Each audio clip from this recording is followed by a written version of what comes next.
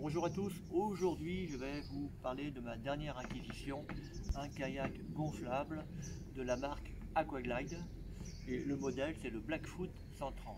Alors pourquoi un kayak gonflable? Tout bonnement pour déjà la facilité de transport. Ce kayak va me servir pour faire diverses expéditions en Amazonie et donc s'il est facilement transportable, on peut bien évidemment l'emmener en avion. Donc il ne pèse que 15 kg 170, ça veut dire que ça ne pose pas de problème avec un bagage supplémentaire. Alors il est stocké, une fois plié, dans de très grand sac qui est d'une vraiment très bonne qualité. Il est molletonné sur les deux parties.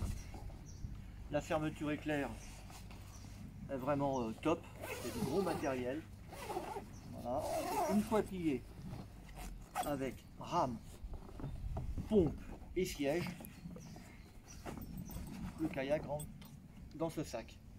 Et là, on peut le mettre en plus, comme ceci, sur le dos. Voilà. Et là, vous êtes peinard. Alors, le choix de ce kayak n'a pas été anodin. J'ai parcouru différents sites pour essayer de trouver le meilleur kayak et j'en ai déduit que la marque Aquaglide avec la marque Gumotex étaient les deux marques vraiment qui sortaient du lot au niveau solidité, stabilité et aussi pratique. Alors le choix malgré tout s'est porté sur Aquaglide pour cette raison principale, c'est-à-dire ce siège.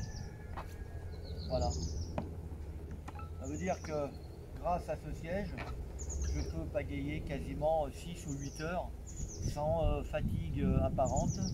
Je n'ai pas les fesses dans l'eau parce qu'il est quasiment surélevé de au moins 25 cm.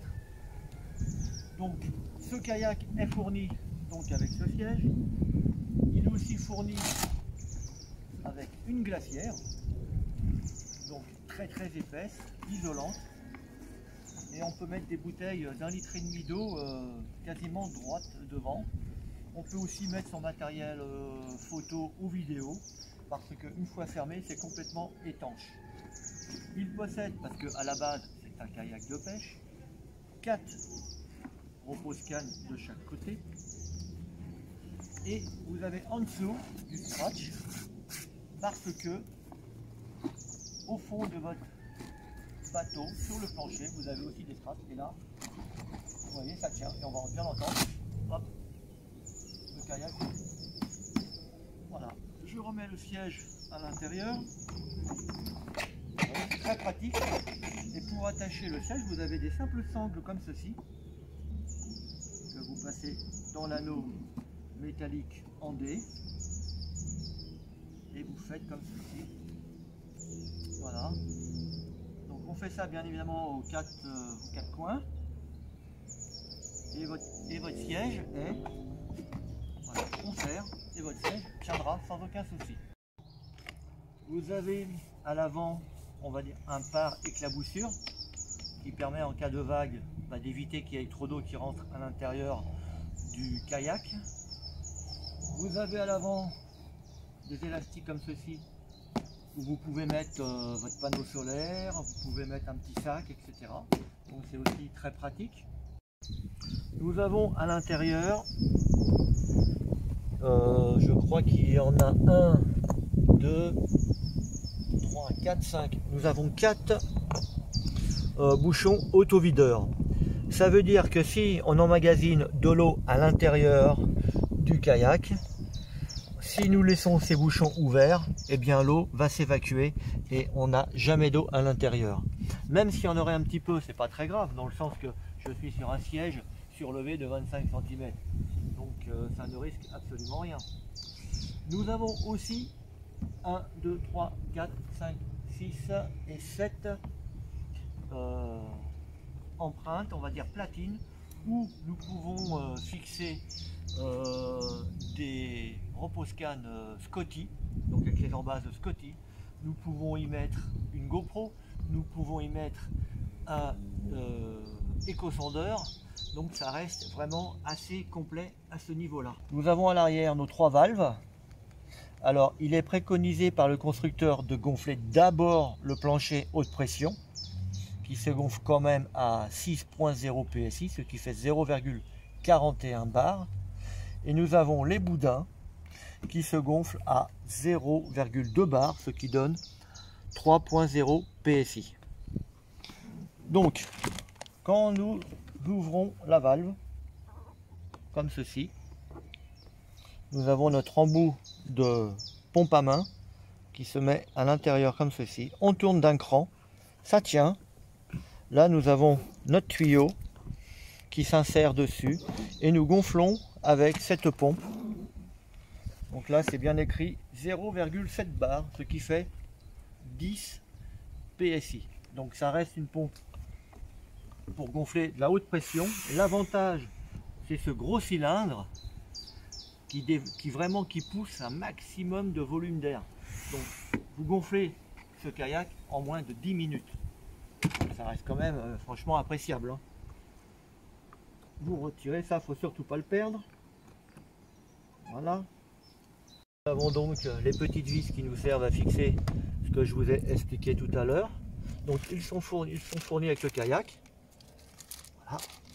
Nous avons donc l'embout. Nous avons un kit de réparation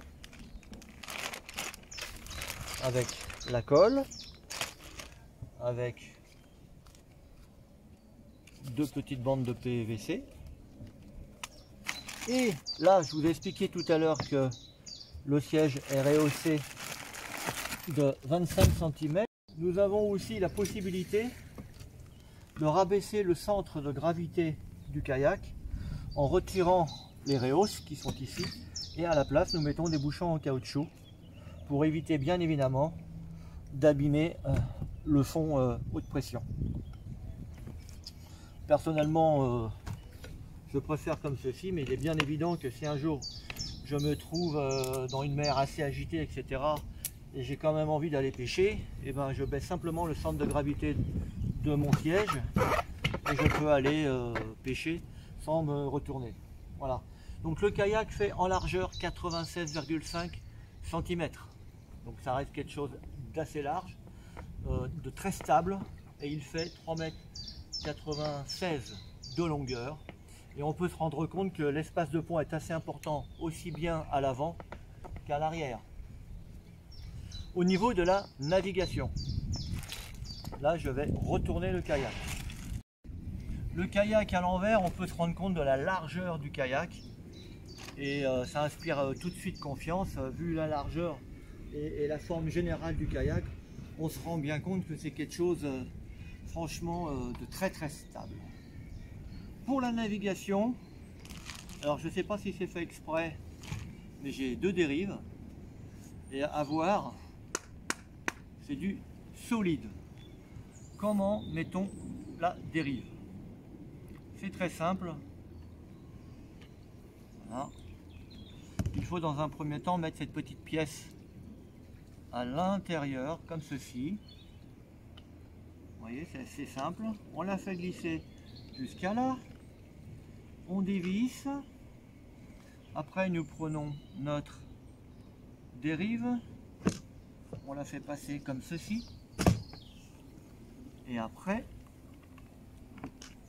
on la repousse dans ce sens-là. Et on visse. C'est tout simple. Voilà. Il n'y a besoin d'aucun outil. Et là, ça tient. Après, nous la défaisons. Une fois qu'on a fini notre partie de pêche. Voilà. Bon, c'est neuf, hein. Alors, il faut penser, ça c'est très important, de récupérer à chaque fois la petite vis. Parce que ça peut être un oubli et une perte. Et si vous n'avez pas cette petite pièce, on est un petit peu embêté. Donc le mieux, c'est de la remettre sur la dérive. Et on range ça dans le sac à dos.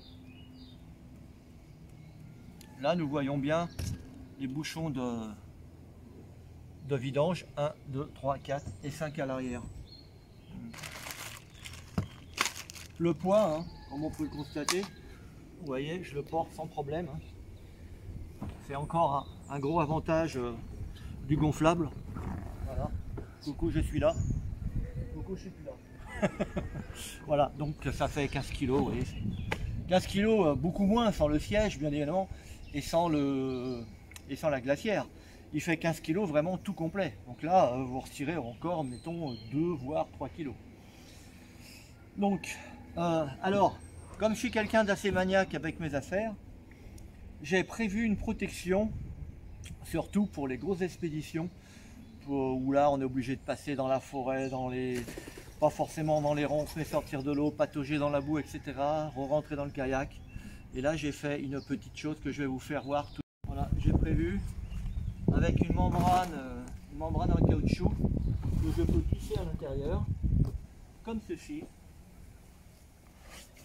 Et ça va me permettre de ne pas abîmer et surtout de salir le fond de mon kayak. Donc si je le mets bien comme ceci, on peut s'apercevoir que là, si j'ai de la boue, elle va rester dans cette partie noire là. Alors bien évidemment, on se rend bien compte que c'est pas non plus très esthétique, mais une fois que j'ai les pieds plein de boue dedans, et bien le soir au camp, je roule, je la lave dans l'eau, je la remets sur place. Ou si vous faites juste une balade dans la journée sur des rivières, ou comme je fais ici au bord d'Essonne, où c'est essentiellement de la tourbe, je peux vous dire que la tourbe, si ça tache les pantalons et les t-shirts, ça va certainement tacher le PVC. Donc personnellement, je préfère mettre cette couche de protection. Alors en conclusion, vous voyez, ça reste pratique, hein, vous êtes sur le camp, pour tirer le siège de votre kayak et vous le mettez, puis là vous êtes peinard au bord de l'eau, c'est super cool. Donc en conclusion, c'est un kayak très solide, très stable. Je trouve qu'il a, franchement, au niveau esthétique, il a un bon design. Et puis et ben maintenant c'est pareil pour les aventures. Donc la prochaine vidéo, le prochain volet, je vous expliquerai comment aménager son kayak le mieux possible. Parce qu'il paraît, il faut que je rentre le ventre. J'en ai un petit peu quand même. Donc on aménage le kayak. Comment on va aménager le kayak pour la prochaine fois? Voilà. Tu m'as un petit peu perturbé là, mais c'est pas grave. Voilà. Donc je suis super content de ce kayak. Alors bien évidemment, le point, on va dire, je dis pas négatif parce que rapport qualité-prix, il n'y a pas mieux. Ça coûte quand même, il faut dire la vérité, 1500 €. Mais vous avez quand même un kayak d'une qualité quand même assez exceptionnelle. Voilà, donc si vous voulez vous faire plaisir, on n'a qu'une vie, il faut en profiter, je pense que beaucoup de gens seront d'accord avec moi. Sur ce, je vous dis à bientôt, pensez à liker, petit commentaire si ça vous chante, il n'y a pas de souci, je répondrai à toutes vos questions. Et je vous dis à bientôt pour la partie 2.